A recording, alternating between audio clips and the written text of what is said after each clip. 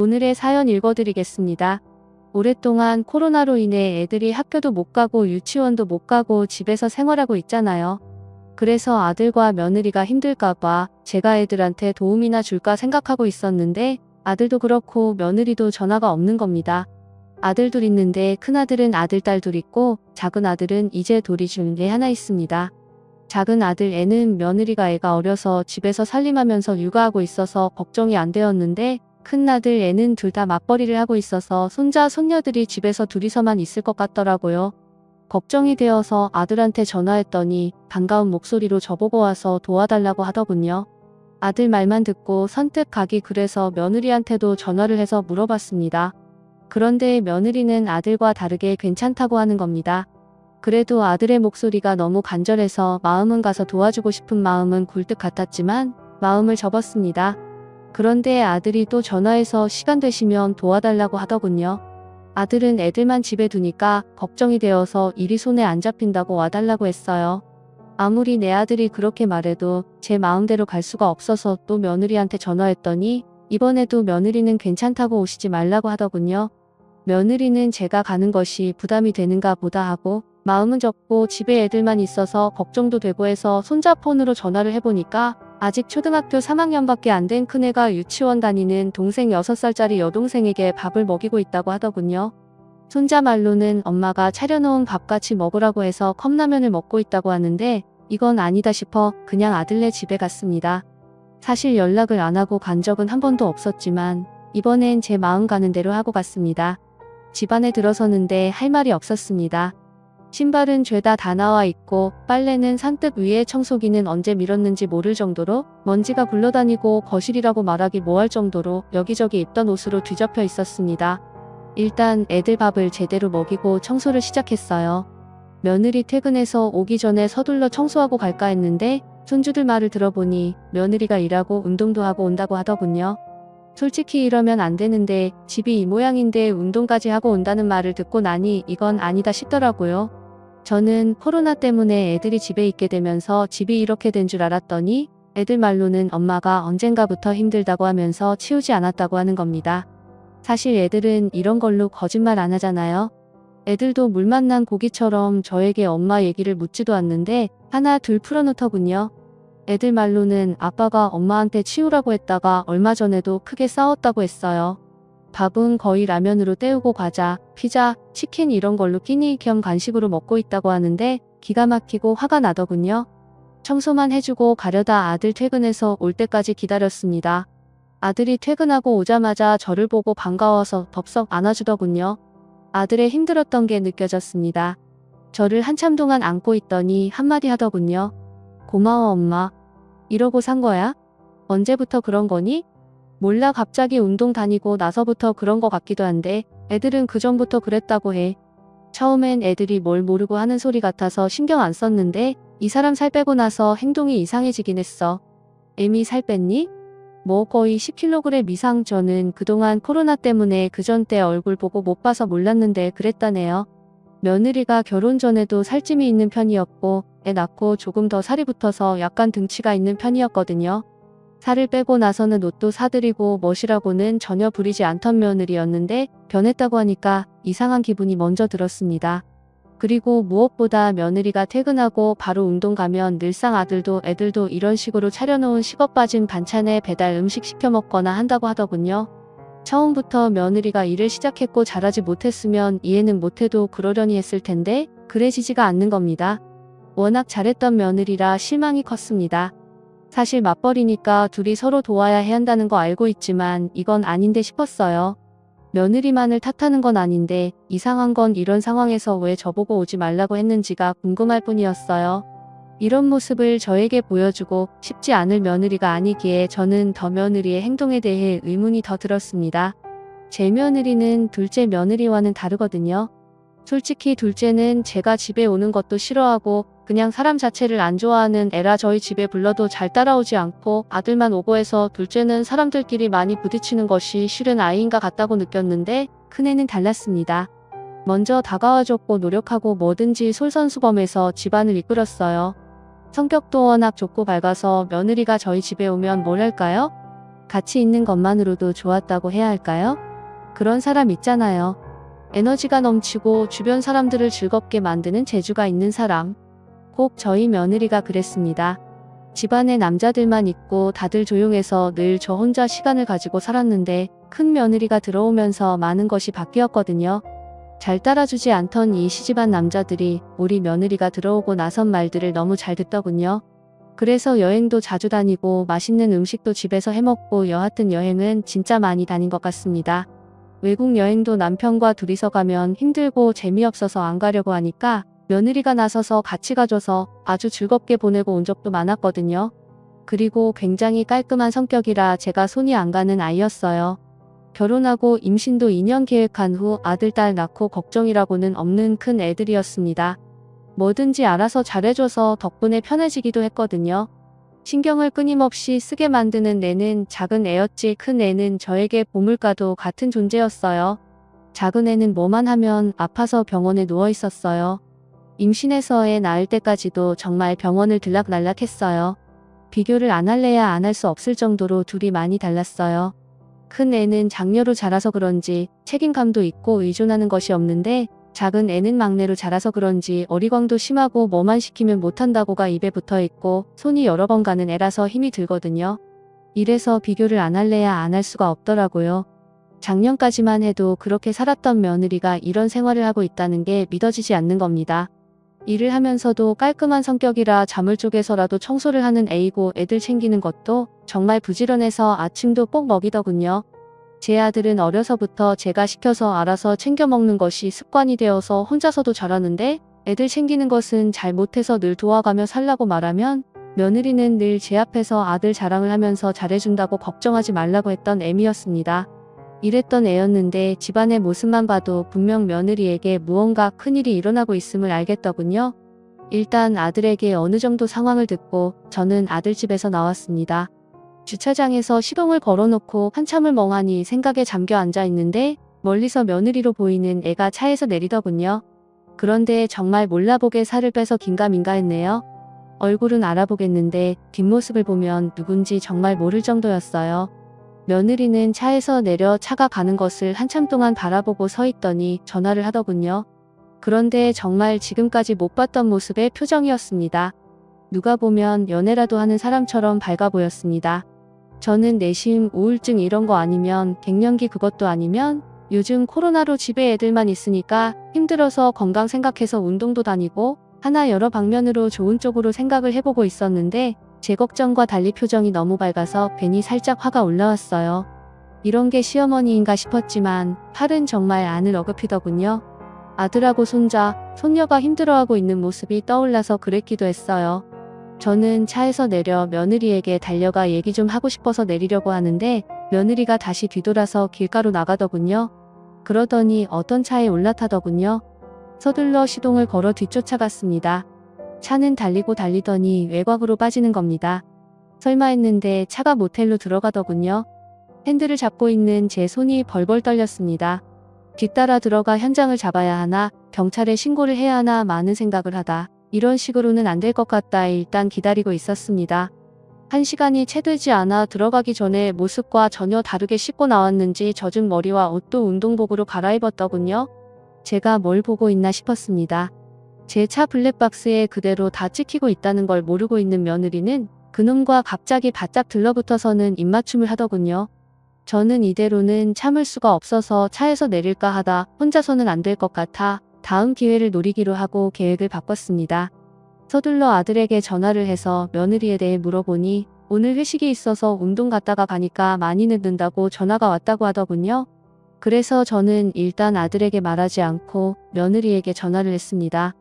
늦은 시간 제 전화니까 받을 거라 생각했는데 확인만 하고 전화를 가방에 넣더군요. 또 한 번 전화를 했지만 받지 않았어요. 둘은 그곳을 빠져나가더니 며느리를 집 앞에 내려주고 가더군요. 남자애는 며느리보다 훨씬 어려 보였어요. 기가 막힌 현장을 보고도 느껴지지 않기도 하지만 배신감과 신뢰가 깨져서 그런지 온몸이 바들바들 떨리기 시작하더군요. 저는 이대로 집에 갈 수가 없었습니다. 저는 주차장에서 한참 생각 끝에 남편한테 나중에 말해줄 테니 혹시라도 애들이 전화하면 싸웠다고 말해달라고 말하고 곧바로 다시 아들 집으로 올라갔습니다. 최대한 아무렇지 않게 그리고 남편과 싸운 척을 하고 아들 집에 갔습니다. 간다는 말도 없이 갑자기 가서 그런지 며느리 얼굴이 표가 날 정도로 표정이 좋지 않았어요. 그런 표정도 지금까지 살면서 처음 봤습니다. 그런데 다행인지 제가 가서 청소 다 해준 거 아들이 애들한테 입단속을 시켰는지 며느리가 알지 못하고 있는 것 같았어요. 그래서 저는 일단 다 무시하고 아버지랑 싸우고 사정상 아들 집에 몇 집 있어야 한다고 하고 있었습니다.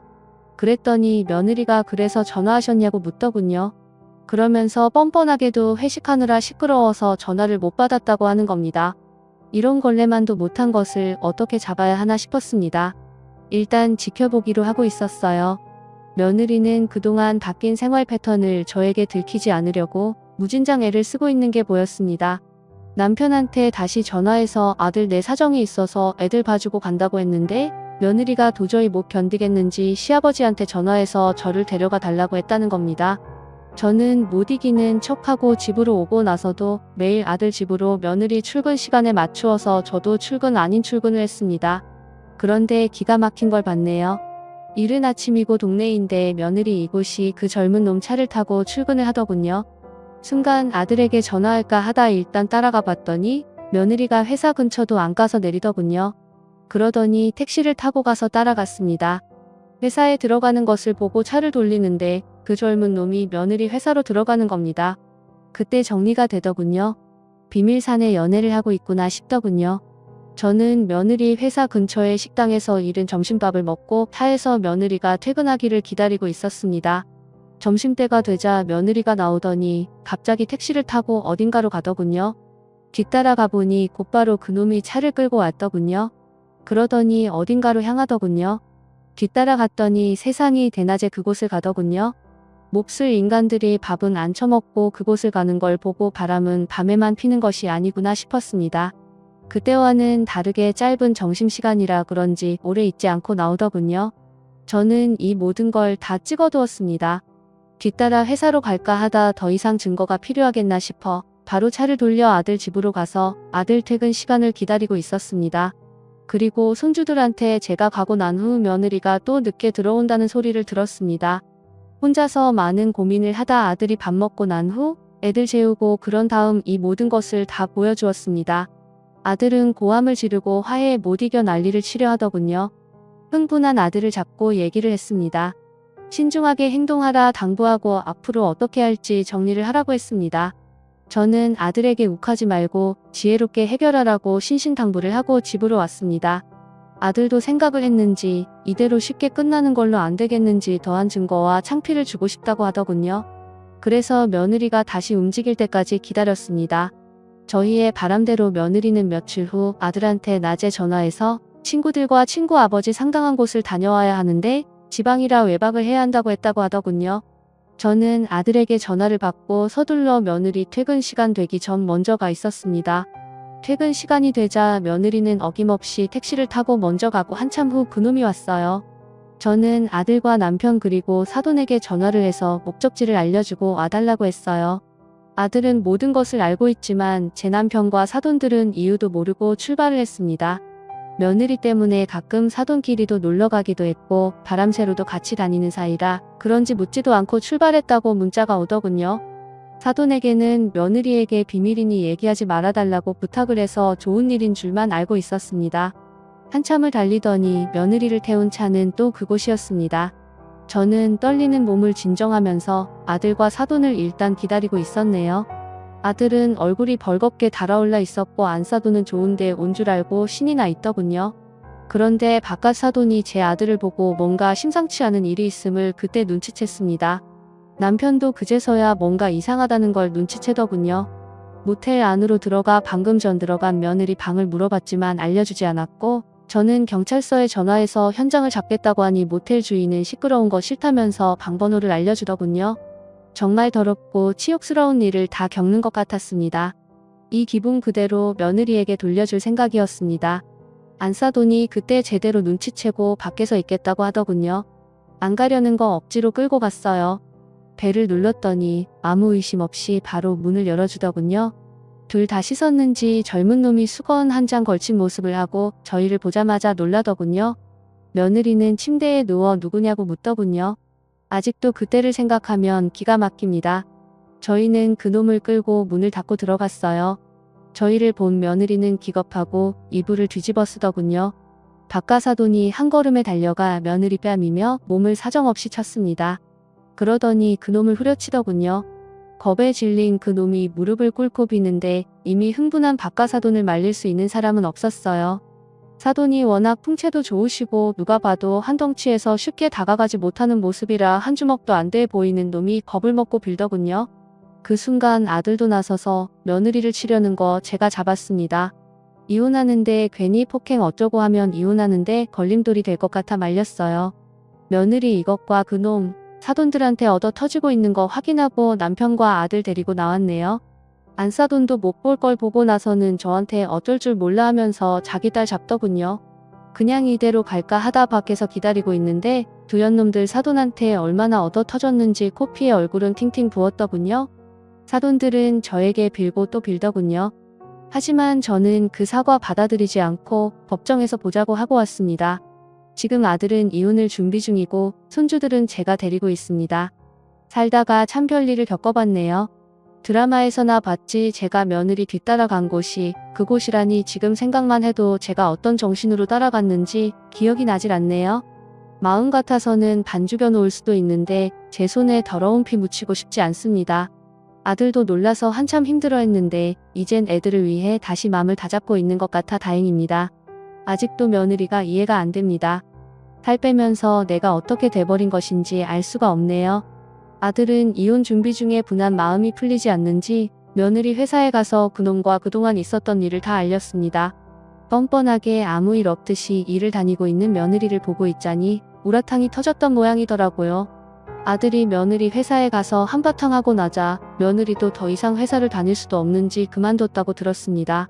그동안 어렵게 쌓아놓은 회사에서의 모든 것을 한순간에 다 잃고 일을 그만뒀다고 들었어요.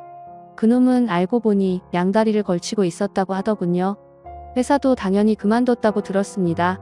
젊은 놈에 빠져 가정도 직장도 잃은 어리석은 며느리 사연을 올려봤네요. 코로나 때문에 정신적으로 힘든데 며느리까지 보태서 정말 지옥 같았습니다. 이젠 다 털어버리고 새롭게 시작하는 제 아들을 응원하고 있습니다. 저는 지금부터 조금은 충격적인 얘기를 해보려고 합니다. 저는 친정에서 거의 쫓겨나듯이 가방 하나 메고 나오면서 잘 살아버리라 각오와 함께 다짐을 하고 집을 나왔습니다.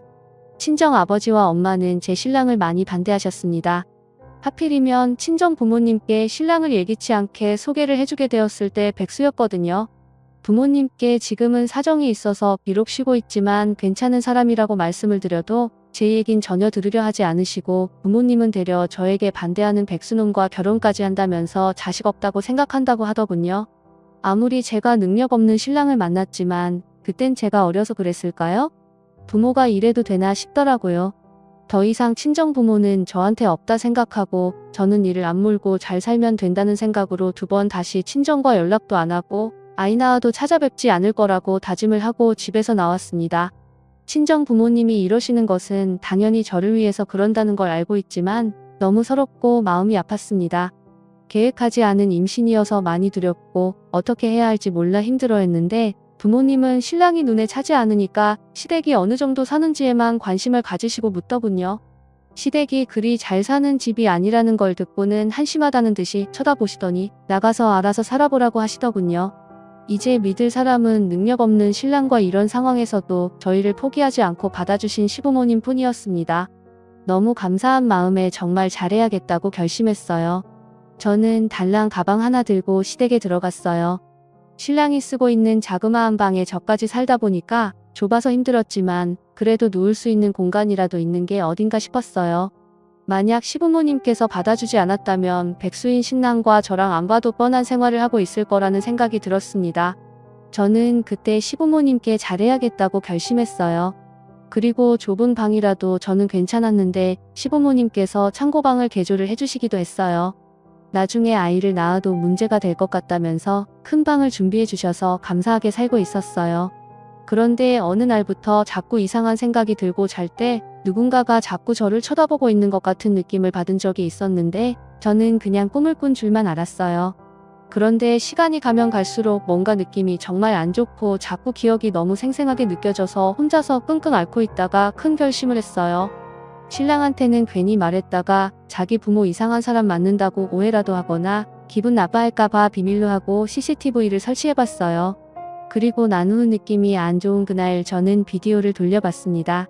저는 그 화면을 보다가 정말 큰 충격을 받고 고함을 지르고 말았습니다. 세상에, 저희가 잠들고 한참 후 깊게 잠이 들었다 싶은 시간대에 문이 사르르 열리더니 아버님이 들어오셔서는 제 옆에 누우시는 겁니다. 그러더니 아버님이 해서는 안 되는 행동을 하기 시작하더군요. 한참을 그렇게 하고 있다가 제가 움직이니까 갑자기 일어나서 모서리 한켠에 쪼그리고 앉는 겁니다. 어두운 곳에서 보면 형체를 알 수 없으니까 가만히 있다가 제가 다시 잠을 자는가 싶으면 다시 제 옆으로 와서 눕더라고요. 저는 아버님이 신랑인 줄 알고 아버님을 안았네요. 아버님은 자연스럽게 저를 안아주면서 저의 입에 입술을 가져다 댔어요. 그걸 보는데 정말 소름이 끼쳤어요. 더 놀라운 건 이상한 시도를 하려다 제가 깨니까 그때서야 얼른 방에서 나가는 거예요. 제가 비몽사몽의 기억에 있는 것이 바로 그런 거였어요. 저를 만지고 누군가가 들어왔다가 나가는 것 같은 정말 꺼림직했던 것들을 잡은 겁니다. 하지만 이것을 신랑과 어머님께는 바로 보여드리지 못했어요. 그때만 해도 제가 너무 어리석었고 무섭기도 하고 이 사실을 알리면 이 모든 것이 끝난다는 생각에 차마 입을 열지 못했어요. 대신에 저는 잠자기 전 문을 걸어 잠그고 그때부터 뜬 눈으로 날을 샜어요. 부족한 잠은 아침이나 정신대 신랑이 깨어 있을 때나 어머님이 계실 때 혹시 몰라서 일부러 옆에서 잤습니다. 솔직히 낮에도 무서웠어요.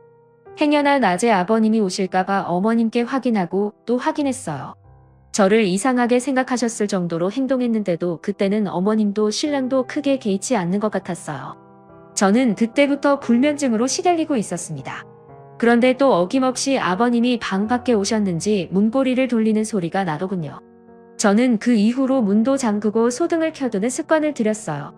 숨죽여 문 쪽을 뚫어져라 보고 있는데 순간 방이 잠겼다는 것을 아시고는 그냥 돌아가는 눈치였어요. 그런데 잠시 후 또 문을 열쇠로 열려는 소리가 나는 거예요. 그땐 도저히 안 될 것 같아서 한번 자면 어버가도 모를 정도로 자는 신랑을 깨웠습니다. 신랑은 정말 집에 불이 나서 본인이 타 죽을 지경까지 와도 못 일어날 사람입니다. 그런데 신기하게도 그날 갑자기 무슨 꿈을 꾸었는지 갑자기 자다가 소리를 꾀깍하고 지르더군요. 밖에 있던 아버님이 안에서 나는 소리를 듣고 놀랐는지 막 도망가는 듯한 발걸음이 들렸습니다. 그때서야 놀란 가슴을 쓸어내렸습니다. 다음 날 원래 일을 일찍 나가시는 아버님은 그날 일을 가지 않고 집에 그냥 계시는 겁니다. 순간 아버님의 얼굴을 보는데 너무 더럽고 역겨웠어요. 눈도 마주치기 싫고 죽여버리고 싶었습니다. 예전 같으면 저녁 시간에 잠깐 보는 아버님이라 애교도 떨고 그랬는데 그 사실을 알고 나서는 애교 같은 그딴 거 당연히 할 마음 없지만 말도 하기 싫은 거예요. 평소와 다른 저의 모습을 보고 어머님이 어디 아프냐고 물으시더군요. 그냥 개월수가 늘어나니까 힘들어서 그런다고 했더니 방에 가서 쉬라고 하더군요. 그러면서 어머님이 볼 일이 있어 나가봐야 한다는 거예요. 그날따라 신랑 놈도 아기 낳기 전에 백수 탈출한다고 면접을 보러 가서 집에 저하고 아버님만 남게 될 것 같아서 서둘러 옷을 갈아입고 저도 약속이 있다고 거짓말을 하고 집을 나섰어요. 제가 나간다고 하니까 아버님 표정이 굳어지면서 짜증을 내더니 그냥 잠이나 자겠다고 하면서 방으로 들어가더군요. 그런 모습을 보고 어머님이 아무것도 모르시니까 웃으라는 식으로 저한테 딸처럼 생각하는 너랑 단둘이 있어서 오늘 뭘 할까 어제부터 신이 나 있더니만 화났나 보다 하더군요. 그 말을 듣는데 소름이 돋았습니다. 정말 이 사건을 어떻게 종결지해야 할지 모르겠더라고요. 친정언니나 오빠라도 있으면 의지하고 답답한 속을 털어놓을 텐데 어디에다 말할 곳이 없더라고요. 신랑도 혼자라 형님이나 동서, 시누이가 없으니까 이런 걸 어떻게 누구랑 어떻게 얘기를 해야 할지 모르겠더라고요. 만약 있어도 말하기는 쉽지 않은 것이라는 거 알지만 혼자서 감당하고 있으려니 미치겠더라고요. 저는 약속도 없었고 갈 곳도 없어서 그냥 커피숍에 앉아서 멍 때리고 있다가 혼자서 밥도 먹고 또 커피숍에 가서 저녁 시간이 되기만을 기다렸어요. 어머님께서 마침 전화 오셔서는 근처에 있으면 같이 집에 가자고 하셔서 반가운 마음에 어머님한테 갔어요. 저는 한 걸음에 달려가 어머님한테 안겼는데 눈물이 자꾸 나서 막 울었습니다. 어머님은 영문을 전혀 모르시니까 놀라시면서 물어보지 않고 저를 안아주시더니 토닥거리시면서 시집살이 힘드냐고 묻는 겁니다. 당신이 엄마는 돼줄 수 없지만 좋은 시어머니는 돼줄 수 있다면서 의지하라고 하더군요. 저는 이런 시어머니를 놓치고 싶지도 않고 아이도 포기하고 싶지도 않고 이러다 말겠지 하고 비밀을 조금 더 지켰어요. 그날 저는 어머님의 손을 꼭 잡고 집으로 갔어요. 그리고 그날 이후 당에 자물쇠통까지 달았어요. 자물쇠통에 의지가 돼서 그런지 그때서야 잠을 조금이나마 잘 수 있었습니다.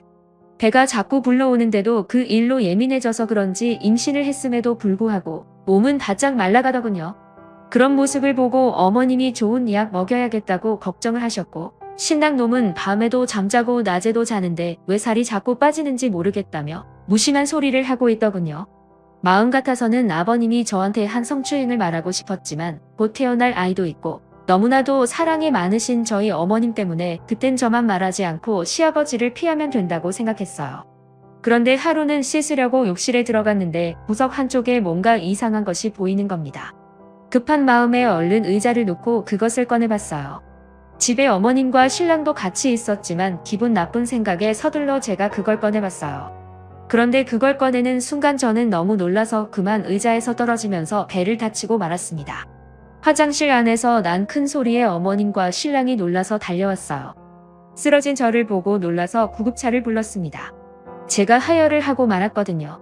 아픈 배를 움켜쥐고 있으면서 고통스러운 상황에서 저는 신랑한테 카메라를 내밀면서 너야? 욕실에 카메라 달아놓은 게? 저는 짐작가는 인간이 있었지만 이젠 더 이상 못 참을 것 같아 괜한 신랑 놈을 잡았습니다. 어머님은 그걸 보고 신랑 등짝을 때리면서 너 이 새끼 다 같이 쓰는 욕실에 왜 카메라를 달고 난리야? 제정신이야? 너 변태야? 볼 게 뭐 있다고? 엄마 진짜 나 아니라고 하면서 억울하다면서 고함을 지르더군요. 순간 시어머니 얼음이 되셨습니다. 설마 내 아버지가? 왜? 이 새끼 미친 거 아냐? 하면서 화를 내셨습니다. 남편도 표정이 굳어졌지만 제 상태를 보고 더 놀라서 일단 더 이상은 말을 하지 않았어요. 어머님도 서둘러 제 짐을 챙기느라 정신 없었고요. 저는 바로 병원으로 실려갔고 이어 출산도 했어요. 다행히 아이는 무사했고 저도 건강했어요. 어머님은 회복 중인 저에게 조심스레 혹시 무슨 일 있었냐고 묻더군요. 저는 전에 있었던 일들을 녹화해둔 것을 다 보여드렸습니다. 어머님은 그것을 보고 경악하셨어요. 신랑도 그것을 보자마자 시아버지를 죽여버리겠다고 집으로 갔습니다. 저는 혹시 모를 사태를 생각해 신고를 했고 다행히 살인까지는 벌어지지 않았지만 시아버지 신랑한테 심한 구타를 당했다고 들었어요. 그리고 어머님은 이혼 준비를 하셨어요. 지금은 그 변태 어머님한테 이혼당하고 감옥에서 죄를 받고 있습니다. 혹시나 남들은 그러니까 왜 백수인 신랑과 결혼까지 했냐고 하시겠지만 사실 신랑이 백수인 데는 이유가 있었거든요. 신랑은 백수가 되기 전 직장에 성실하게 잘 다니고 있었는데 친구의 꼬임으로 그동안 모아두었던 결혼 자금과 부모님 돈까지 친구한테 사기당하고 충격받아서 쉬고 있었거든요.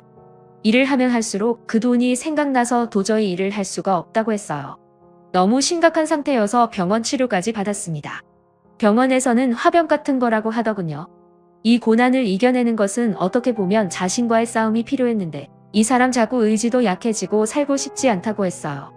저는 남친과 2년 사귀고 결혼까지 약속했던 사이라 이런 일로 쉽게 헤어질 수가 없었습니다.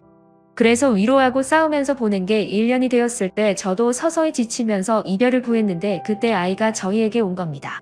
그런데 이런 일이 벌어질 줄은 정말 생각도 못했습니다. 신랑과 사귈 때도 시아버지의 지나친 관심과 스킨십이 있어서 부담되긴 했는데 알고 보니 그런 것이 다 완전 또라이 변태여서 했던 행동이었어요. 그런 변태한테 성희롱당한 거 생각하면 아직도 소름 돋습니다. 신랑은 자기 아버지를 죽여버릴 걸 그걸 못했다고 말을 하면서 저를 위로해주지만 전혀 위로 안 되더군요. 어머님도 신랑도 아무리 저에게 잘해줘도 제 상태가 자꾸 나빠져서 저는 지금 신랑과 헤어져야 하는지 고민 중입니다. 여러분들의 생각들은 어떠한지 의견 좀 보내주세요. 사연은 여기까지였고요. 구독과 좋아요, 알림 설정 부탁드리겠습니다.